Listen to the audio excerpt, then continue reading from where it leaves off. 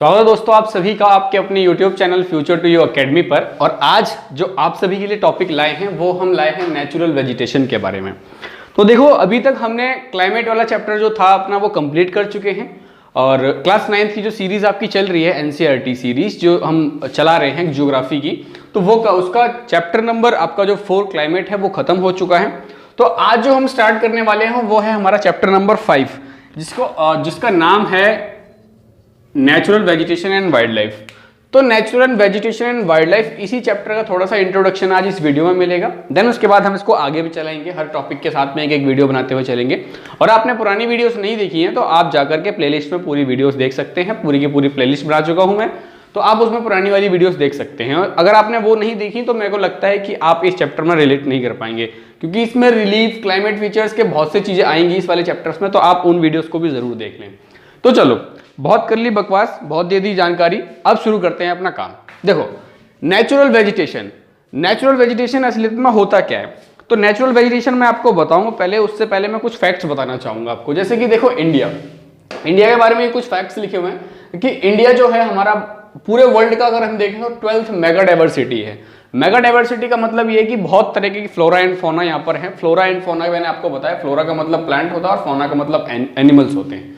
तो यहाँ पर देखेंगे कई भिन्न भिन्न प्रकार की प्रजातियां मिलेंगी आपको। इंसानों की देख लो, जानवरों की देख लो, प्लांट्स की देख लो, या फिर आप पेड़ पौधों की भी देख लो। हर जगह आप देखेंगे तो अलग भिन्न भिन्न प्रकार की आपको प्रजातियां मिलेंगी। तो इंडिया जो है पूरे वर्ल्ड में, ऑल ओवर वर्ल्ड में अगर हम देखें तो 12वें नंबर पे आता है मेगा डाइवर्सिटी में। कितने पे आता है? 12वें नंबर पे, जिसमें कि अगर हम देखें तो 47,000 ऑफ प्लांट स्पीसीज हैं हमारे पास। हमारे इंडिया में 47,000 ऑफ प्लांट स्पीसीज हैं और इससे भी ज्यादा हो सकती हैं। तो अगर प्लांट स्पीसीज में ही सिर्फ बात करें, अगर हम सिर्फ प्लांट स्पीसीज के संदर्भ में अगर बात करें तो एशिया में 4th नंबर पे आता है इंडिया। कितने नंबर पे? 4th नंबर पे आता है। इन 47,000 में से 15,000 तो फ्लावरिंग प्लांट हैं। इन 47,000 में से 15,000 फ्लावरिंग प्लांट है, जो कि ऑल ओवर वर्ल्ड का 6% है। पूरे वर्ल्ड में जितने भी फ्लावरिंग प्लांट हैं उसका 6% तो हमारे पास ही है। कितना? 15,000। और एनिमल स्पीसीज में बात करें तो 89,000 एनिमल स्पीसीज हमारे देश में हैं। ठीक है, तो मैं ये आपको बताना चाहता हूं। तो अब बात करते हैं कि नेचुरल वेजिटेशन होता क्या है। तो नेचुरल वेजिटेशन इज क्या? Plant community grown naturally without human aid and left undisturbed for long time. देखिए, अब आप कहोगे कि घर में हमारे जो पेड़ लगा हुआ वो भी एक नेचुरल वेजिटेशन है। जी नहीं, वो नहीं है, बिल्कुल नहीं है। या फिर आप कहोगे कि मैंने गेहूं की खेती करी, वो भी नेचुरल वेजिटेशन है। जी नहीं, वो भी नहीं है। अब सोचो क्यों नहीं है। मैं क्या कह रहा हूं कि ऐसी प्लांट कम्युनिटी जो कि नेचुरली अपने आप उपजी है और जिसमें कि ह्यूमन एड का कोई भी इंसान का उसमें कोई भी लेना देना नहीं है। इंसान कुछ भी नहीं करता उसमें। और अगर मैं बात करूं और left undisturbed for long time, और उसको डिस्टर्ब नहीं किया गया है इंसानों द्वारा बहुत लंबे समय से। और ऐसी जो जितनी भी वेजिटेशंस होती हैं उनको हम बोलते हैं नेचुरल वेजिटेशन। अगर हमने घर में लगाया है पौधा तो वो नेचुरल नहीं है, वो हमने खुद लगाया है, वो अपने आप नहीं हुआ है। तो ऐसी कुछ बातें हैं। देखिए, इस नेचुरल वेजिटेशन को हम वर्जिन वेजिटेशन भी कहते हैं। अब वर्जिन वेजिटेशन क्यों कहते हैं? क्योंकि इसको अनडिस्टर्ब छोड़ दिया गया है। इंसानों ने इसमें कुछ भी अपना हाथ नहीं लगाया बिल्कुल भी। और अगर मैं वर्जिन वेजिटेशन की बात करूं तो वर्जिन वेजिटेशन को हम 2 भागों में बांट सकते हैं। एक है एंडेमिक स्पीशीज और एक है एक्सोटिक स्पीशीज। एंडेमिक स्पीशीज या फिर इसको इंडिजीनियस स्पीशीज भी कहा जाता है। एंडेमिक स्पीशीज का मतलब वो स्पीशीज जो भारत में ही पैदा हुई थी, भारत की ही है, यहीं पर बनी थी। तो ऐसी हो गई एंडेमिक स्पीशीज। ऐसी कुछ स्पीशीज हैं जो कि बाहर से आई हैं भारत में जो बाहर से आई हैं उनको हम बोलते हैं एक्सोटिक स्पीशीज। अब जैसा कि अभी हमने देखा कि ये बहुत varieties of plants and animals हमारे देश में हैं, तो अब इन प्लांट्स एंड एनिमल्स की डाइवर्सिटी को डिफाइन करने के लिए कुछ फैक्टर्स तो होंगे जिनके ऊपर डिपेंड करता है कि हाँ भाई इस जगह पे ऐसा कुछ फैक्टर्स होंगे तभी ये ऐसे एनिमल्स यहाँ पर होंगे या फिर ऐसे प्लांट्स तभी होंगे यहाँ पर। तो उन फैक्टर्स के बारे में अगर हम बात कर लेते हैं, 2 तरह के फैक्टर्स होते हैं। एक होता है रिलीफ फैक्टर और एक होता है क्लाइमेट फैक्टर। रिलीफ फैक्टर का मतलब है कि वहां पर जमीन कैसी है, वहां की सॉइल कैसी है, ठीक है, या फिर वहां का जो आपका माउंटेन रीजन है या प्लेन रीजन है या फिर आपका पेनिनसुलर रीजन है या फिर कोस्टल रीजन है, इन सब चीजों के बारे में अगर जब हम देखते हैं तो वो आता है हमारे रिलीफ फीचर में आता है। वही एक क्लाइमेट फीचर है। क्लाइमेट जो हमने पुराने चैप्टर में जो पढ़ा, हमने वहां पे 3-4 चीजें पढ़ी, एक सनलाइट पढ़ी, टेम्परेचर पढ़ा, प्रेसिपिटेशन पढ़ा और प्रेशर भी पढ़ा था हमने थोड़ा सा, ठीक है। तो अब एक एक करके इनके रिलीफ फीचर्स के बारे में बात कर लेते हैं। बात करें लैंड की, चलिए, तो अगर हम लैंड की बात करते हैं तो देखिए लैंड कैसा है, मतलब मैंने अभी आपको बताया कि अगर सोचिए प्लेन एरियाज में हम देखते हैं कि हमारी खेती होती है। क्यों सिर्फ प्लेन एरियाज में ही होती है? क्यों? क्योंकि वहां पर हमको आसानी से हम कर सकते हैं, क्योंकि प्लेन है इसलिए हम खेती कर पा रहे हैं। वहां पे किस चीज की, गेहूं वगैरह की जो खेती होती है वो वहां पर हम कर पा रहे हैं। अगर मैं कहूं कि गेहूं की खेती आपको जाकर के माउंटेन में करनी है, या फिर मैं कहूं कि गेहूं की खेती आपको जाकर के अभी कहां करनी है, आपको करनी है डेजर्ट में जाकर के, तो मेरे को लगता है कि आप नहीं कर पाएंगे। अगर आपने कोशिश भी की तो आपके जितने भी आपने पैसा लगाया सारा बर्बाद होने वाला है। तो मैंने क्या कहा कि ऐसी वेजिटेशन जो होती है, ऐसी वेजिटेशंस भी किस चीज पर डिपेंड करती है, लैंड पे डिपेंड करती है, ठीक है। और अगर मैं बात कर लेते हैं सॉइल की, तो देखो प्लेन एरिया की अगर हम सॉइल की बात करें तो सॉइल होती है एलुवियल सॉइल। कैसी सॉइल होती है? एलुवियल सॉइल होती है। और ये एलुवियल सॉइल और रेड सॉइल, इनके बारे में जब आपको पढ़ना होगा तो आप बात करें, आप चले जाना किस में, क्लास 10th में आप चले जाना।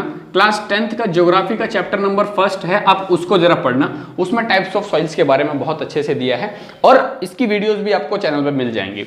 बाकी अब मैं आपको बताऊं कि देखिए सॉइल की अगर बात कर लेते हैं कि सॉइल एलुवियल सॉइल है। एलुवियल सॉइल जो होती है मोस्ट फर्टाइल सॉइल होती है, सबसे ज्यादा फर्टाइल सॉइल जो होती है एलुवियल सॉइल होती है। तो यहाँ पर बहुत आसानी से क्या होता है कि इस जगह पर बहुत आसानी से चीजें उपजना शुरू कर देती हैं। अगर हम सॉइल की बात कर लेते हैं, रेतीली सॉइल है कहाँ की, डेजर्ट की। डेजर्ट की सॉइल में अगर हम देखें तो वहां की वेजिटेशन अलग होगी। क्यों? अब यहाँ पर लैंड, यहाँ पर हमने जो एलुवियल सॉइल में जो हमने देखा, वहां पर आपको क्या मिल जाएंगे, आम के पेड़, जामुन के पेड़ और कई प्रकार के पेड़ मिल जाएंगे। लेकिन आप जब डेजर्ट में जाएंगे तो आपको कैक्टस मिलेगा, कीगड़ मिलेगा, बबूल का पेड़ मिलेगा, ऐसी चीजें मिलेंगी आपको, ठीक है। तो वेजिटेशन देखो डिफर कर रही है, सॉइल जैसी अलग अलग हुई, वेजिटेशन भी डिफर हो गई। की बात कर लेते हैं हम क्लाइमेट में। देखो पहला है हमारा टेम्परेचर। अगर हम टेम्परेचर की बात करें तो देखिए कैसे टेम्परेचर एक वेजिटेशन पे कैसे वेजिटेशन को कैसे डिफर कर देता है। देखिए अगर मैं, चलो डेजर्ट में चलते हैं, तो डेजर्ट में अगर हम देखें तो टेम्परेचर करीब करीब जाकर के ऑन एन एवरेज अगर हम गर्मियों के समय में टेम्परेचर देखें तो 50 डिग्री सेल्सियस तक टेम्परेचर पहुंच जाता है। तो टेम्परेचर जब इतना ज्यादा पहुंच गया तो वहां पर वही प्लांट जी सकते हैं जिनके पास जो कम से कम अपने शरीर के अंदर से ट्रांसपिरेशन करते हो, अपने शरीर के अंदर से कम ट्रांसपिरेशन करते हो। ट्रांसपिरेशन क्या होता है? अब ट्रांसपिरेशन जो होता है आपका, इसका मतलब ये होता है कि जो प्लांट जो है अपना खुद का कुछ जो वाटर वेपर है उसको एयर में छोड़ देते हैं। तो जब टेम्परेचर की वजह से जब ज्यादा वाटर वेपर निकल जाएगा तो फिर उनको जीने में भी दिक्कत हो जाएगी। इसलिए क्या होता है कि हमेशा कभी भी ध्यान देना आप कि डेजर्ट में जो भी वेजिटेशन होगी वो सारी की सारी कांटेदार होगी। कैसी? स्पाइन्स वाली होगी। वही ये हमने बात कर ली किसकी, तो फिर यहाँ पर कैसे डेजर्ट में कैसे प्लांट्स होते हैं, एक कैक्टस है, एक बबूल का है, कीगड़ का पेड़ है, ऐसे पेड़ मिलेंगे जिन पर कांटे होते हैं जरूर। अब हम बात कर लेते हैं जरा इसमें टेम्परेचर में ही हम आ जाते हैं जरा नॉर्दर्न प्लेन्स में अपने। अगर हम प्लेन में देख लेते हैं, देखो प्लेन में कैसे पेड़ मिलेंगे आपको, आम का पेड़ मिल जाएगा, मैंगो का मिल जाएगा। तो मैंगो के पेड़ पर देखना पत्तियां बहुत बड़ी होती हैं। हालांकि जो स्पाइन्स होते हैं ना, असलियत में आप समझें तो अगर देखा जाए तो स्पाइन्स ही इनकी लीव्स होती हैं और स्पाइन्स की वजह से क्या होता है कि बहुत कम वाटर वेपर हवा में जाता है।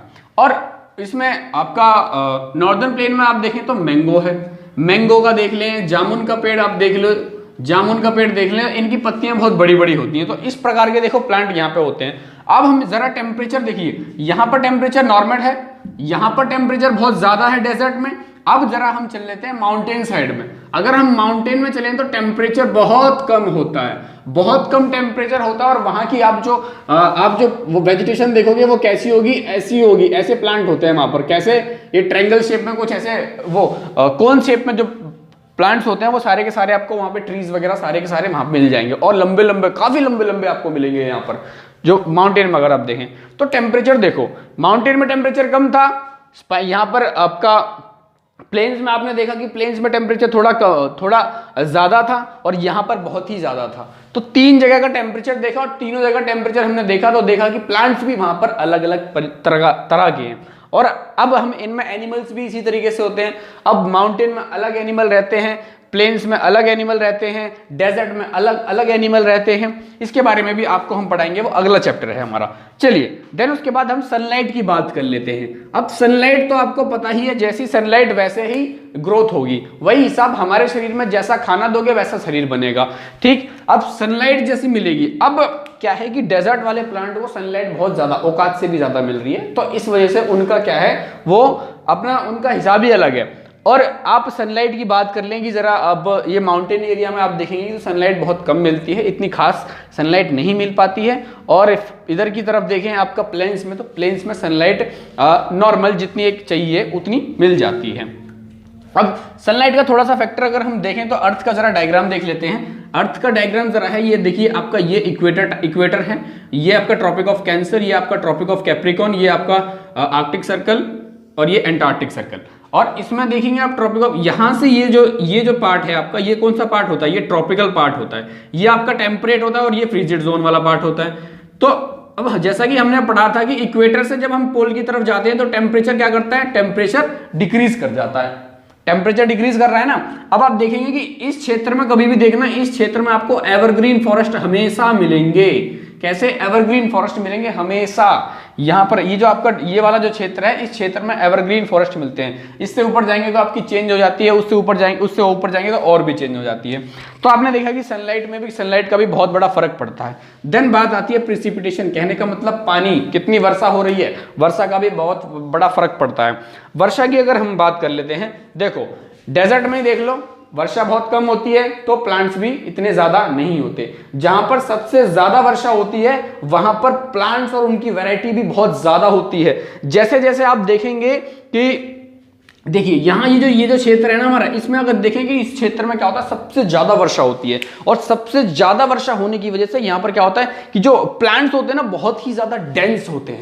डेंस बोलते हैं, इनका घनत्व बहुत ज्यादा होता है। और जैसे जैसे हम क्या करते हैं, यहां से ऊपर की तरफ, क्या कहने का मतलब पोल की तरफ चलते हैं, तो क्या होता है कि उनके बीच का जो घनत्व है वो बहुत कम होता चला जाता है, वो कम होता चला जाता है।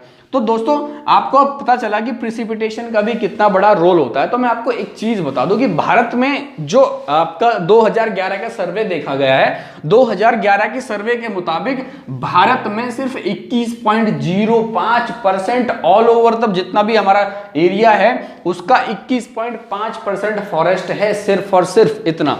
तो दोस्तों ये था आपकी इस वीडियो में, आपको जैसा भी लगा हो आप मुझे कमेंट सेक्शन में जरूर बताएं, अपने दोस्तों को शेयर करें ताकि आपके दोस्त भी इसको पढ़ सकें और उनका भी बहुत फायदा हो सके। चलिए मिलते हैं नेक्स्ट वीडियो के साथ, तब तक के लिए धन्यवाद, टेक केयर, बाय बाय, जय हिंद, जय भारत।